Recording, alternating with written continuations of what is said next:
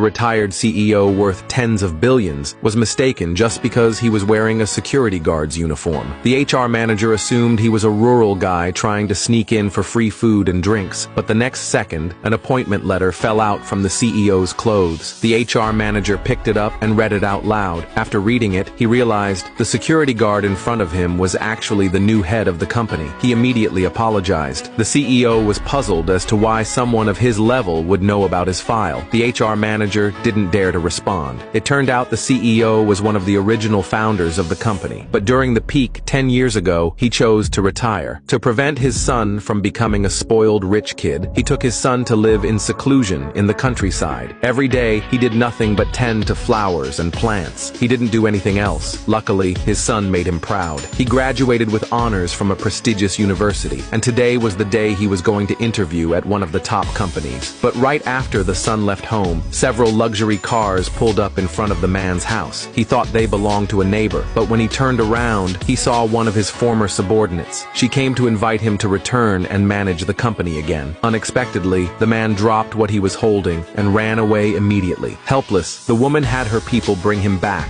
and get him into the car. Meanwhile, the man's son had just arrived at the company entrance and saw his neighbor uncle working as a security guard there. As he went up to greet him, the car carrying his father also returned to the company. The son looked on enviously as the luxury car drove in. He asked his uncle who was in the car. The uncle said he didn't know, but if the chairman was greeting them personally, then that person must have serious background. Little did they know, the person with background they were talking about was the man himself. The man had just entered the meeting room and received a warm welcome, but the man wasn't pleased. He said he'd been retired for over 10 years, so what was the point of dragging him back here? The chairman told all the subordinates to leave, leaving only the general manager behind. The man asked why they needed him back if the younger general manager was doing well. The chairman explained helplessly that they were facing their strongest competitor yet. A genius had emerged from the rival company, trying to take over their market share, but now he was old, and the young GM lacked experience. So they had no choice but to ask the man for help. Since the man still owed the chairman a favor, he had no choice but to agree. Knowing that his son wasn't recruited by them intentionally, the man finally felt at ease. The chairman said they arranged a welcome banquet for him downstairs. He invited the man to join the